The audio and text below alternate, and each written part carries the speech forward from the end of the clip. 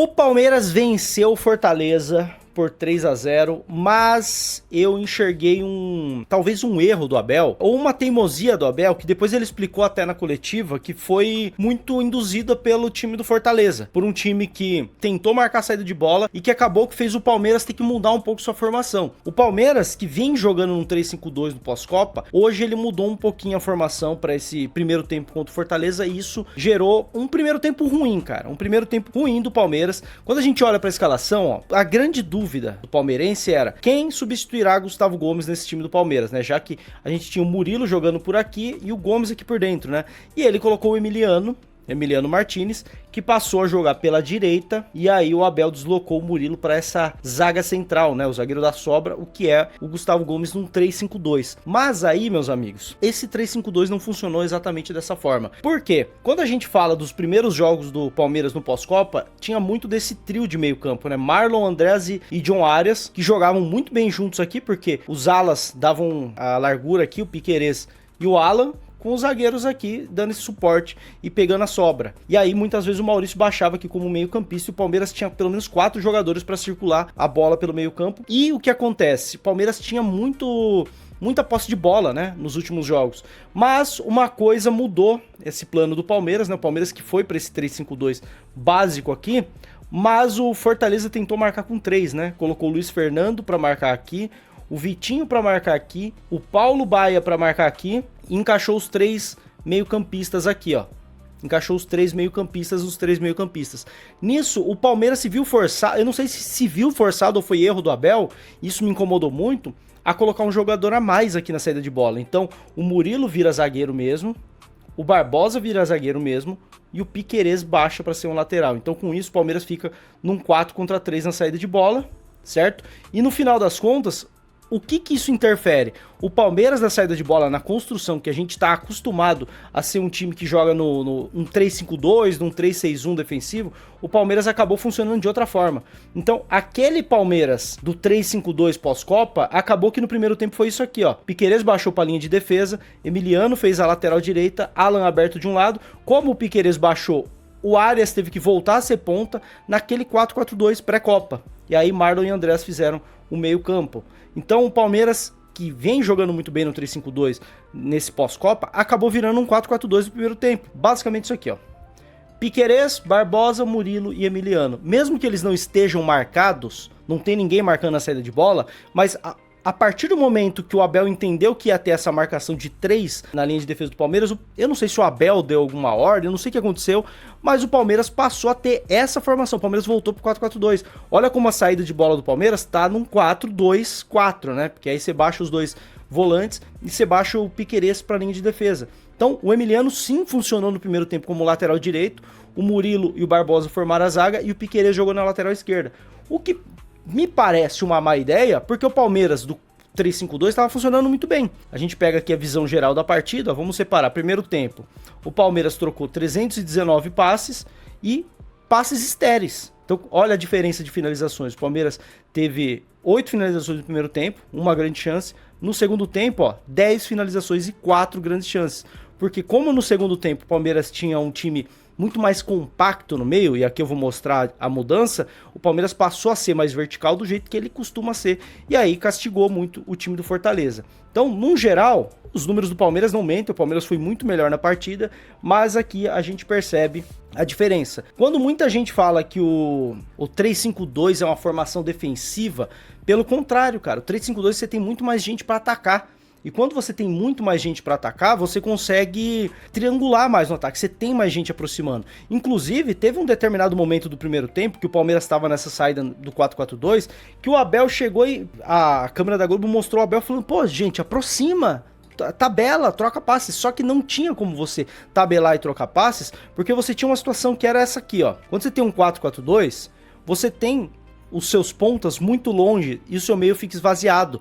Como é que você vai tabelar se você tem passe aqui, ó, na saída de bola? O Palmeiras conseguia trocar passe aqui, trocava passe entre os volantes, mas você não tinha fluidez para progredir. Às vezes o Maurício ia baixar, mas você não tinha muita gente no meio campo para progredir. Porque esse é o problema do 4-4-2, né? Que acaba virando um 4-2-4 muitas vezes, porque o Arias vai te dar essa opção de saída pelo lado, o Alan por aqui também, né?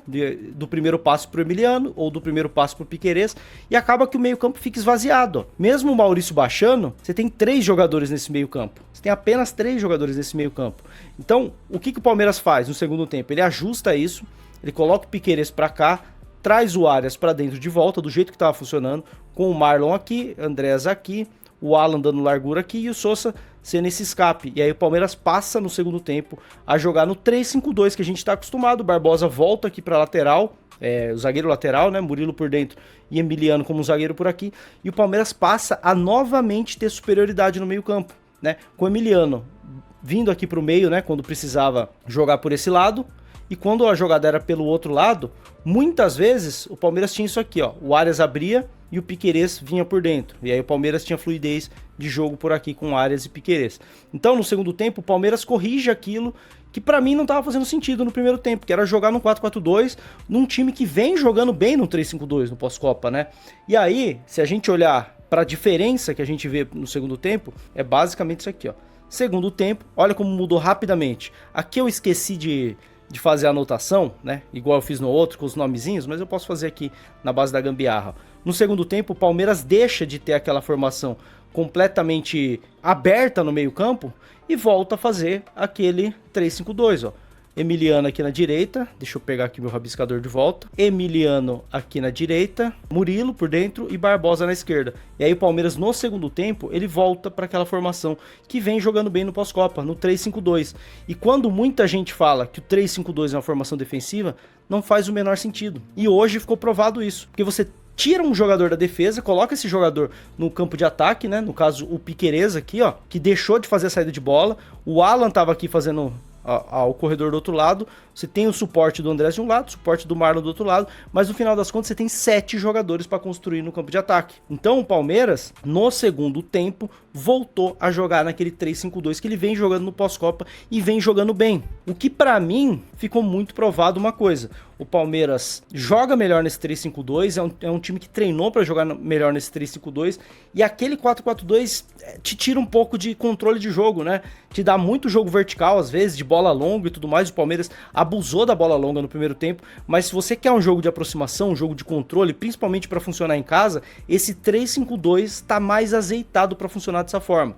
No primeiro tempo, eu achei estranho, porque o Abel voltou a fazer o 4-4-2 e eu não tava entendendo o porquê. Porque não fazia sentido, o 3-5-2 estava funcionando, mas ele foi muito rápido, né, no segundo tempo ao mudar isso e voltar para a formação que estava funcionando muito bem. Se a gente olhar para os números, foi um controle absoluto do Palmeiras, mas eu enxerguei um jogo muito diferente.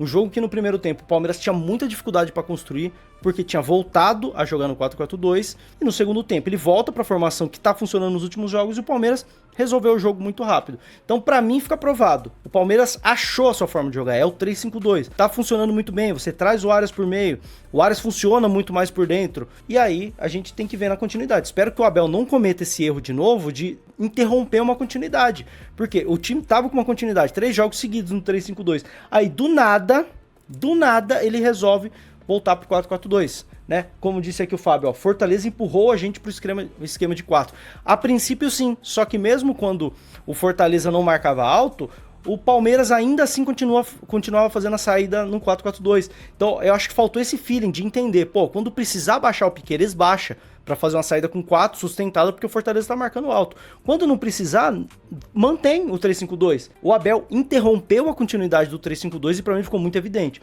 O primeiro tempo do Palmeiras foi ruim, mas foi ruim porque algo que está sendo treinado nas últimas semanas e funcionou muito bem, o Abel interrompeu a continuidade do 3-5-2. No segundo tempo ele volta pro 3-5-2 e aí o Palmeiras controla o jogo, vai muito bem, resolve o jogo muito rápido, com 2 minutos jogando no 3-5-2, o Palmeiras rouba uma bola no campo de ataque com a marcação muito bem encaixada, faz o gol. O segundo gol sai de uma jogada muito bem feita pelo Marlon Freitas ali no suporte, né? Maurício baixando, Marlon Freitas dando passe, o Alan cruzando pro Arias. E o terceiro gol entrou os dinossauros do Palmeiras, né? Vitor Roque e Flaco Lopes, mas no final das contas, quem foi que finalizou aquela bola que recebeu nas costas da zaga foi o Arthur. Chuta, recebe o o Flaco Lopes no rebote e faz o gol. Aqui o Vini fala, parabéns ao Abel que vai se mostrando capaz de se adaptar aos jogadores e vem mudando o seu esquema, só espero que não fique de teimosia. Concordo, e o que me preocupou foi isso, Vini. Ele não tá sendo teimoso, só que hoje ele quis fazer uma coisa que não fazia sentido. Por um lado, acho que no primeiro tempo o Abel foi muito mal. Por outro lado, no segundo tempo ele soube corrigir. E é isso que eu espero do meu técnico, que ele às vezes erre, mas ele corrige a tempo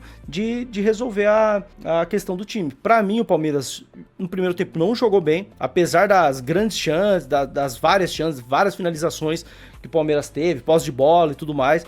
Pra mim o Palmeiras jogou mal o primeiro tempo. Muito porque vem treinando no 3-5-2, mas o Abel cismou que era vamos de 4-4-2. Ah, mas o Fortaleza empurrou o Palmeiras num determinado momento. Num determinado momento. Fortaleza também não ficou o jogo inteiro marcando alto. Então assim, um lance ou outro que eles marcaram com 3 lá na frente fez o Palmeiras mudar o esquema pelo primeiro tempo inteiro, pô. Isso pra mim não fez sentido. E aí, o que o Tony Sepp fala, foi uma tentativa. E eu acho excelente. E pra mim, é o grande recado desse jogo de hoje. O Abel testou uma nova alternativa, voltar pro 4-4-2 nessa variação com 3 zagueiros. E deu errado. E é muito bom que ele teste isso e não dê errado, e não prejudique o nosso resultado, né? No final das contas, deu errado, não fluiu, mas não prejudicou a nossa eliminatória, porque deu tempo do Abel corrigir e no segundo tempo resolveu o jogo. Você curtiu esse vídeo? Então deixa o like, deixa o hype, não custa nada, mas deixa um comentário também, porque eu quero saber a sua opinião, ela é muito importante aqui nesse canal, tá bom? Não deixe de se inscrever, e eu separei alguns produtinhos aqui no Mercado Livre, entra por ele e compra alguma coisa que você vai ajudar o canal do Rico Covil. Você não vai gastar nada a mais e você vai estar destinando uma parte da compra que você fizer pro canal do Rico Covil. Então dá essa força aí, pô. Se você precisar comprar alguma coisa aí, uma geladeira, um videogame, qualquer coisa, você entra aqui pelo produtinho que eu separei e aí você faz a sua pesquisa pelo aplicativo, que vai contar uma comissão aqui pra nós, tá bom? Então, ó, tá passando outros vídeos aí, deixa o seu like, seu hype, tamo junto, é nóis!